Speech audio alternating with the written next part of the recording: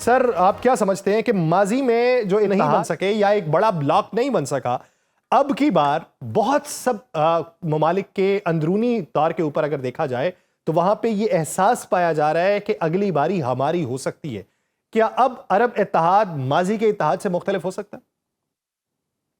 जी बिल्कुल हो सकता है। देखिए, इसकी बैकग्राउंड ये है कि खास तौर से जो जीसीसी ममालिक हैं उनकी मईशत बहुत हद तक एक फर्स्ट वर्ल्ड कंट्री की तरह बनती जा रही है, लेकिन एक बड़े नाजुक हालात से वो हमेशा दो चार रहते हैं। क्यों? जहां तक उनकी इकोनॉमिक ग्रोथ का ताल्लुक है, अब वो रिलाय करते हैं फॉरेन डायरेक्ट इन्वेस्टमेंट, टूरिज्म, इस किस्म की चीजों पे। वो ऑयल से अपनी जो है डिपेंडेंस को हटा के और फ्यूचर में देखते हुए वो इकोनॉमिक अपॉर्चुनिटीज और इन्वेस्टमेंट अट्रैक्ट करने के ऊपर रिलाय करते हैं। सही। अब जरा सा भी छोटा मोटा भी अगर धमाका हो तो जो फॉरेन इन्वेस्टमेंट है वो फौरन वहां से भागता है अपना पैसा लेके। तो इस सेंस में उनके हालात बड़े नाजुक हैं। दूसरी चीज ये है कि क्योंकि उनकी आबादियां कम हैं, उनके पास बड़ी बड़ी फौजें नहीं हैं, वो हमेशा से सिक्योरिटी के लिए किसी ना किसी पे रिलाय करते हैं। अब अमेरिका जो है पिछले 30-40 साल से वहां बेसिस बना के और उनको कम से कम मैं जिसे कहूंगा उसकी प्रिजम्पशन ये थी कि इन लोगों को सिक्योरिटी मिलेगी।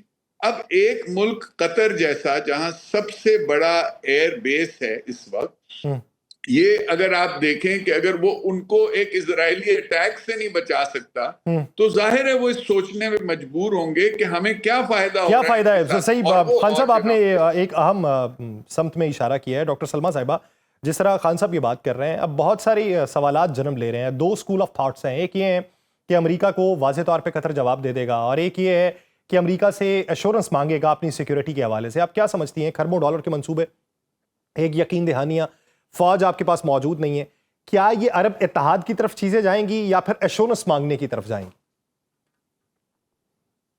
देखिए जी, अरब इत्तेहाद की तरफ जाना तो चाहिए लॉजिकली, पर सारे अरब ममालिक जो हैं अपने-अपने साइलोज़ में काफ़ी डरे हुए हैं, काफ़ी अंडर प्रेशर हैं। कुछ जो बहुत स्ट्रॉन्ग रेजिस्टेंस वाले ममालिक थे, जैसे सीरिया हो गया, जिसने सैंक्शंस भी प्रोवाइड की हुई थी मुख्तलिफ लीडरशिप्स को, उनको बहुत इफ़ेक्टिवली न्यूट्रलाइज़ कर दिया गया है। और वहाँ जो प्रॉक्सी एजेंट्स हैं, वो थ्राइव कर रहे हैं ग्रे एनवायरनमेंट में, जिसमें पैसा और वेपन्स जो हैं वो हर तरह के सोर्सेज से आ रहे हैं, जिसमें इजरायली सोर्सेज भी, अमरीकी सोर्सेज भी हैं।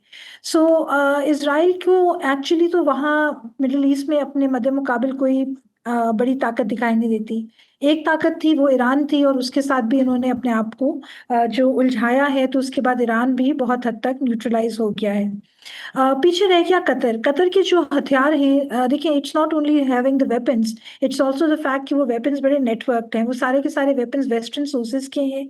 और जब ये सर्जिकल स्ट्राइक, प्रिसिजन स्ट्राइक भी हुई है कोट एंड कोट, तो ना अमेरिका ने कुछ किया, ना कुछ और बात हुई। यहाँ भी हम लोगों ने सुना कि जी जो मिड एयर रिफ्यूलिंग थी वो अमेरिकन एयर टैंकर्स के थ्रू हुई है और सारा कुछ। So it is a very fascinating and a complicated story, जिसमें कौन किसका किस वक़्त साथ दे रहा है, इसका आपको बिल्कुल पता नहीं चलता। It's just a rule of jungle that is taking place. और इज़राइल का जो हेवी हैंडेडनेस है, वो इन सारे ममालिक को बहुत अच्छी तरह से अंदाज़ा है, वो ये सब उससे डरते हैं। हालाँकि अगर मुसलमान ममालिक आपस में मिल जाएँ और टोकन की, मैं फिर वही बात करूँगी कि टोकन की एक दिन भी इंटरनेशनल लेवल पे इकोनॉमिक सैंक्शन कर दें, तो इज़राइल क्या, अमेरिका भी बिलक उठेगा और उनको पता चल जाएगा कि इनकी कंबाइंड ताकत क्या है। एक दिन अगर ये अपनी ऑयल सप्लाई रोकते हैं तो इन लोगों को समझ आ जाए कि ये चीज़ें इस तरह नहीं चलती। पर क्योंकि हम लोग अपनी ताकत को पहचानने से कारी हैं, और हम जो है बिल्कुल, हमें इस चीज़ का एहसास नहीं है कि अगर हम इकट्ठे होंगे तो हमारी बका उसमें है। हम ये समझ रहे हैं कि अगर फ़लस्तीन को मार पड़ रही है और फ़लस्तीनी मर रहे हैं, तो हमारा घर तो बचा हुआ है, हमारा चूल्हा गरम है, हमारी पकवान पक रहे हैं, और हमारी तरफ किसी की नज़र नहीं जा रही। ये हमारी सबकी बड़ी खामख्याली है, क्योंकि जब फ़लस्तीन का किस्सा ख़त्म होगा तो उसके बाद इज़राइल की जो इनसेशिएबल एपेटाइट है जिसमें वो एरेट्स इज़राइल यानी ग्रेटर इज़राइल के फ़ॉर्मूले पे काम कर रहा है, चाहे वो कर पाए कि ना कर पाए और रियलिटी में ये चीज़ हो पाए या ना हो पाए, चाहे मेरी बात एक कॉन्स्पिरेसी थ्योरी लग रही है, बट वो खित्ते में इंतशार मचाए रखेगा। ठीक है? अच्छा। और उसने अपने इर्द-गिर्द लेबनान को बहुत हद तक हुँ, न्यूट्रलाइज़ किया हुआ है, बाकी बहुत से मुल्कों को किया हुआ है, सब मुल्क बिल्कुल सुम्मन-बुकमन बैठे हुए हैं, तो हुँ, इस तरह ये चीज़ नहीं चलेगी। ठीक। अगर आप इस न पल फ़लस्तीन का साथ नहीं भी देना चाहते, तो आप खित्ते की सलामती के लिए जब तक हाथ नहीं हुँ, मिलाएँगे और इकट्ठा एक्शन नहीं लेंगे, तो ये चीज़ नहीं होगी। देखिए, हम लोग वेस्ट को बड़ी बुरी नज़र से हम बीइंग मुस्लिम्स हम कहते हैं कि जी हम बहुत मॉरल हाई हॉर्स पर हैं, बट ज़्यादातर तो मुज़ामत और मुलामत जो है इज़राइल की, वो वेस्टर्न सोर्सेज़ से ज़्यादा आई है और नॉन मुस्लिम सोर्सेज़ से ज़्यादा आई है। तो हमें थोड़ा-सा इस चीज़ का एहसास करने की ज़रूरत है कि हमें अपनी बका की जंग लड़नी है, जो कि आज नहीं तो कल हमें हर सूरत वो म्यूज़िक फ़ेस करना पड़ेगा। जहाँ तक रही कतर की बात, हुँ, कतर के पास काइनेटिक रिस्पॉन्स की ऑप्शन है। सही। अगर वो काइनेटिक रिस्पॉन्स दिखाते हैं तो अमरीका उनको वो नहीं दिखाने देगा, वो उनको डिसsuade करेगा ठीक है, और वो मुझे ऐसे मुझे काम भी कर खान सकता साहब है आपकी जिससे राय अगर इसके ऊपर कतर चाहिए अपने मुझे। मसल को पंच करे तो वो ना करने दें। ठीक है, जी। जिस तरह सलमा साहिबा कह रही हैं, बहुत सारे इबहम और खदशात ये जन्म ले रहे हैं कि अब की बार अगर कतर है तो कल अंकरा भी हो सकता है, रियाद भी हो सकता है। अगर लबनान, यमन की या पैलेस्टाइन की या गज़ा की सिचुएशन देखें तो आपको लगता है कि इन ममालिक की सिचुएशन भी वैसी ही है और ये हक़ाइक़ के करीब तर खदशात हैं? जी जी ये जो हरकत की गई है कतर में, ये महज ये दिखाने के लिए कि हम एक रीजनल पावर हैं जो इम्प्यूनिटी के साथ जो चाहे कर सकती है। एक मुल्क जहां पे नेगोशिएशंस हो रहे हैं, आपने नेगोशिएटर्स को अटैक किया है, उसी मुल्क में अमेरिकन बेस भी है। मेरा नहीं ख्याल कि अमेरिकन चाहते थे कि ये अटैक हो। उनको बिल्कुल आखिरी वक्त में बताया गया, वहां के प्राइम मिनिस्टर साहब ने फरमाया था कि 3:46 के ऊपर अटैक हुआ और 3:56 के ऊपर इन अमेरिकनों की हमें कॉल आई। हुँ, तो मेरे कहने का मतलब ये है, इज़राइल अब आपको ये दिखाने की कोशिश कर रहा है कि हमारा जो दिल चाहे, जिस मुल्क के साथ दिल चाहे, हम वो कर सकते हैं।